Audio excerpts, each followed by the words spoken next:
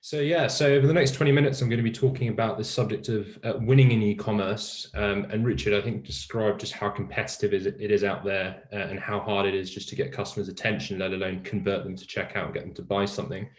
And that's why I'm going to be talking about this phrase here, which I'm sure many of you are curious to know what it really means, the checkout moment of truth. So I'll be coming to explain what that term means in a bit more detail very shortly. But first, let me just give you a very quick overview of what we do. So we're a Berlin-based payment security company, and our reason for being is to help online merchants and payment companies intelligently manage the impact of fraud. And we know what that means for a lot of e-com retailers. That means increasing conversions at checkout, reducing false positives, and keeping the fraud rate in check. We are a venture-backed company. And I think we're very proud that Munich Re, the world's largest reinsurer, underwrites one of our solutions, and that we're also backed by three of the best-known names in European venture capital in Earlybird, Commerzbank Ventures, Commerz Ventures, and Speed Invest. So without further ado, let's get straight to it. What can you expect in the next 20 minutes? So setting the scene. I'm going to do a little bit of big picture scene setting just in terms of the forces and technologies shaping the future of fraud management. We're going to then get into the core topic of winning in e-commerce. This is about maximizing conversions, but it is also about a few other important things, which I will alight on. And then this elusive checkout moment of truth itself. So, brief history of fraud management. So, it used to be manually checking transactions in a spreadsheet, something we call manual review. Interestingly, the human mind is incredibly good at recognizing patterns. 2,000 years of evolution mean we're very good at connecting the dots between visual data, between lots of things. The downside is we get tired and we can't do it 24 hours a day. So manual review has its limits in the sense it's highly accurate, but an analyst can only analyze between 2 to 10 transactions per minute, fewer if it's very complex. So obviously this is a limitation for e-commerce retailers and payment companies with a high volume and velocity of transactions. So as humans, we're ever ingenious. We decided to basically create rules or basic algorithms which create parameters. So if a transaction is over 50 euros and it comes from a suspicious IP address, we block it. The problem with rules is they can be incredibly blunt, and they can also block a lot of potentially very good customers. So then we thought, right, okay, let's turn these basic rule engines into more sophisticated machine learning models that can start to learn themselves. But these also have their limitations. I always liken them to a picture that's slightly pixelated. They're not as accurate as the human mind. So where we at Fraudster really believe the future of fraud management is moving is into a domain which we call behavioral intelligence. And this is combining human accuracy with machine scalability. So basically combining the unique capabilities of the human mind with a machine which can crunch huge amounts of data and start to connect patterns for the human to interpret. And I think this is what excites commentators across the world, even skeptics like Elon Musk, is that basically we have this powerful machine that can be an aid to what we do. So let me just trace out the domain for you as I see it at the minute. So the first thing is we're sitting on oceans of data, and in our domain, historical transaction data is a very rich source of understanding fraud patterns and behaviors for an online merchant and for a customer. Device data is becoming increasingly useful. So is someone logging in on an iOS or an Android device. Bit of trivia, Android devices actually have a higher incidence of fraud than iOS devices. So if you've got any Android users here, let's watch them with caution. And IP addresses. So these are a fantastic indicator of fraud patterns. A lot of fraud, especially from fraud rings, is committed in specific neighborhoods. And there are blacklists for these in IP databases you can buy. So I've just listed 3 examples. I could list you another 2,500 very easily. But this already begins to set up, right, we're sitting on this ocean of data. Now we suddenly have these 2 hype technologies in artificial intelligence and ML, machine learning, that can help to group these data sets, structure, unstructured data, find patterns where there is previously only zeros and ones. So where this originates in AI and ML was in something called logistic regression or regression analysis, which is actually a popular and long-standing statistical technique that measures the strength of cause and effect relationships in structured data sets. Those have their limits, so increasingly we're now developing what are called decision trees. You can basically imagine if one thing is true, the next thing happens, and you kind of follow it down the tree. And then random forests are basically a collection of decision trees. So those have been well named. Random forest uses a combination of multiple decision trees to improve the performance of the classification or regression of data. And then we have really the exciting, the frontier, the new frontier, which is artificial intelligence. These are self-learning, self-improving machines that start to spot patterns for themselves. So this gets really exciting. So you've got the raw materials and the data, you've got the models to analyze them that can offer new possibilities to draw new insights from data. And then you have a third dimension, which is biometrics. So these using characteristics which are very difficult to change unless we chop off our fingers or have extensive surgery, which are things like fingerprinting, voice recognition, and facial recognition. So all of these things obviously help to give us an online identity and verify whether this is a human being, a real person committing this, or a bot, or someone impersonating someone else. Now, already we can see, wow, that's a hell of a lot of complexity. It's a lot of potential there, but it's a lot of complexity. So I think the framing, I think, is really important here. And I always say this to any new customer we speak to, is that within the sea of possibilities, there are still trade-offs to be made. And these trade-offs really are between the time, cost, and complexity of leveraging these technologies and implementing them to improve your e-commerce business, and what we call the speed to value. So how quickly you're going to start seeing results. So you're seeing approval rates increase, basket abandons reduce, your fraud rate reduce.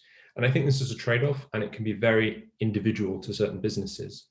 So it depends on your specific fraud challenge. It depends on the goods you are selling. It depends on what geographies you are present.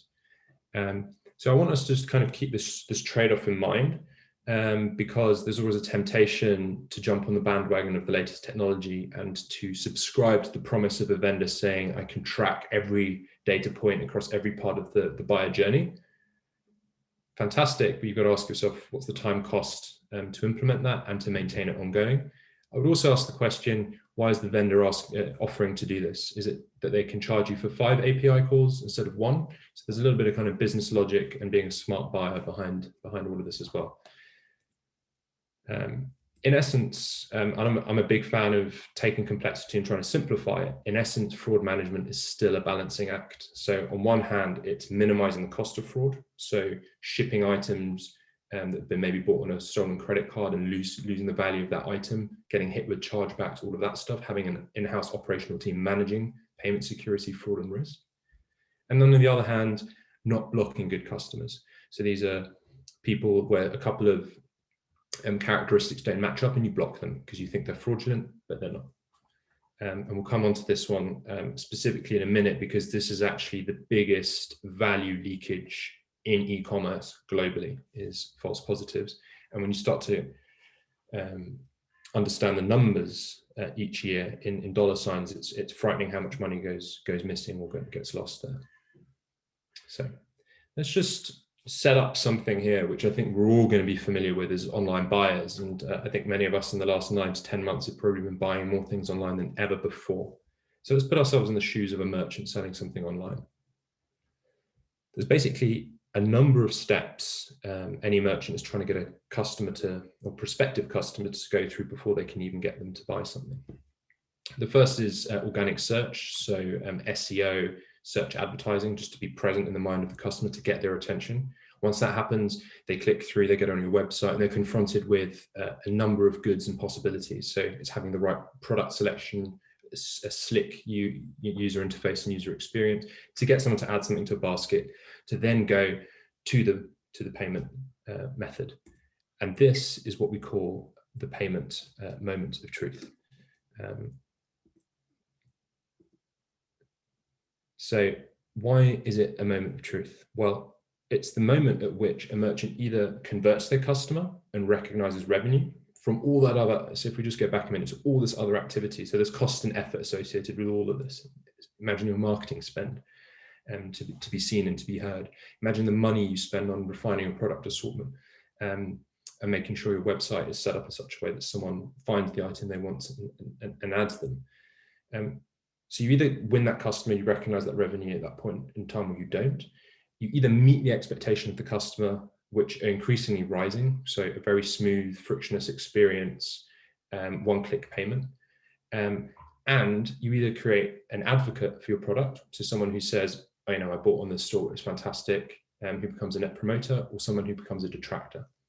So now I just want to come to something that we've all felt, seen, and experienced, but it's even more painful for merchants who then see this pop up on their balance sheets. So we've probably all seen this before. You get to checkout, and there is an unnecessary step where you're like, well, come on, look, you know who I am. We should know who I am. Why are you making me go through this silly hoop? We get this one, which is probably even worse, which is from your issuer or your card scheme, where you're having to add additional information when you're just quickly trying to buy something and get it delivered. Or you get one that's even worse, which is something else has gone wrong with the shopping cart. And then you get this. You have to go back to the beginning. And often going back to the beginning actually means not going back at all. So we know from the data that one negative experience drives away 22% of potential customers, two negative experiences, and these might not just be checkout experiences, drives away up to 2/3 of customers, and three even more. Now, what's really challenging for e-commerce merchants is that losing customers at the payment moment of truth is not only a hit to their revenue, but it's also a hit to their reputation. So when we have a good shopping experience, on average, we tell 9 other people. When we have a bad one, we tell 16. This might inform why, I don't know, people are so rancorous towards one another on Twitter, for example. There seems to be something about negative experiences that really speaks to something carnal about us and our need to share it. So this is why when something like this happens, when there's a failure at the checkout moment of truth, or we turn away a good customer because we don't have granular data, we call them a false positive, or a term that I think is probably more descriptive is called the customer insult rate, because it does feel like an insult when you're turned away. It brings up questions of, do you not think I have the money? Or do you think I'm a fraudster? And these are obviously experiences that online merchants want to avoid as far as possible. So let me just take you through a very concrete example of what we mean by false positives, and then I'm just going to switch back into basically how online merchants can solve for this in a very practical sense. So let's just take a good example here, a nice bracelet, and let's talk about a persona. Let's talk about Liz. Liz is traveling internationally for business. She's had a hard week. She sits down in the evening and she decides she's going to treat herself to a bracelet she's been looking at for a while. But her IP and shipping address don't match her billing address because she's in a foreign country. So the online merchant she interacts with flags this as suspicious, although Liz is, a completely legitimate buyer, and blocks her.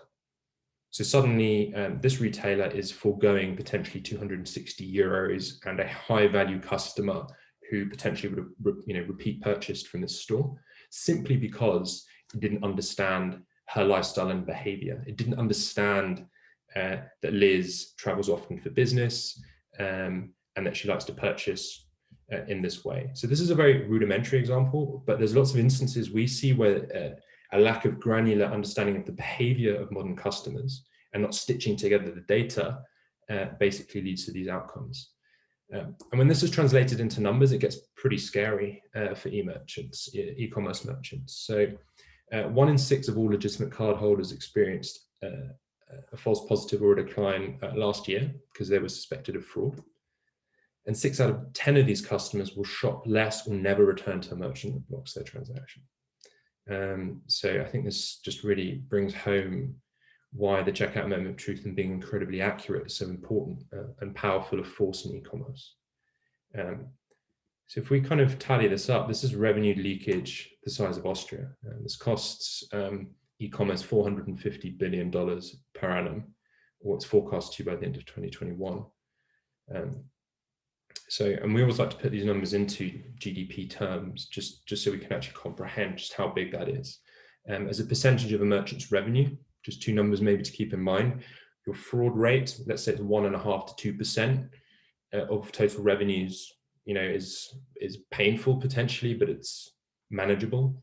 Your false positive rate, we've seen merchants with false positive rates of 30% upwards, which really starts to, hit the top line. The difficulty with false positives is they don't appear on your balance sheet. They're foregone revenue that you're losing. So I would urge any e-commerce merchant joining us today, have a handle on what your false positive rate is, because it's a bigger lever in your business than just fraud alone. How can we actually practically get around this and be more accurate at the checkout moment of truth? So if we look at the small circle in the middle, this is traditionally what a lot of rule engines and solutions provided by payment service providers look at. They look at a standard 20 to 60 data points: email address, shipping address, billing address. But often, as I said, these are very blunt instruments and they can block good customers.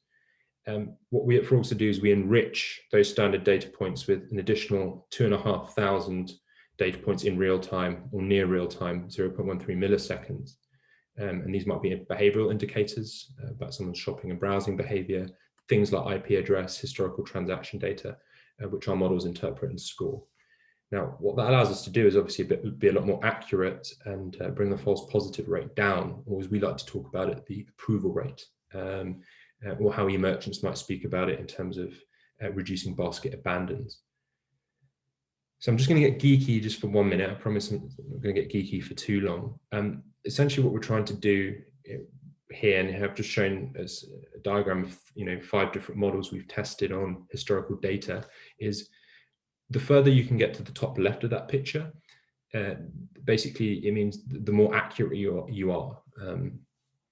And a real engineering, technical, and business challenge is making sure that you can be as accurate as possible, as quickly as possible, in order to start delivering value and accuracy at that checkout moment of truth.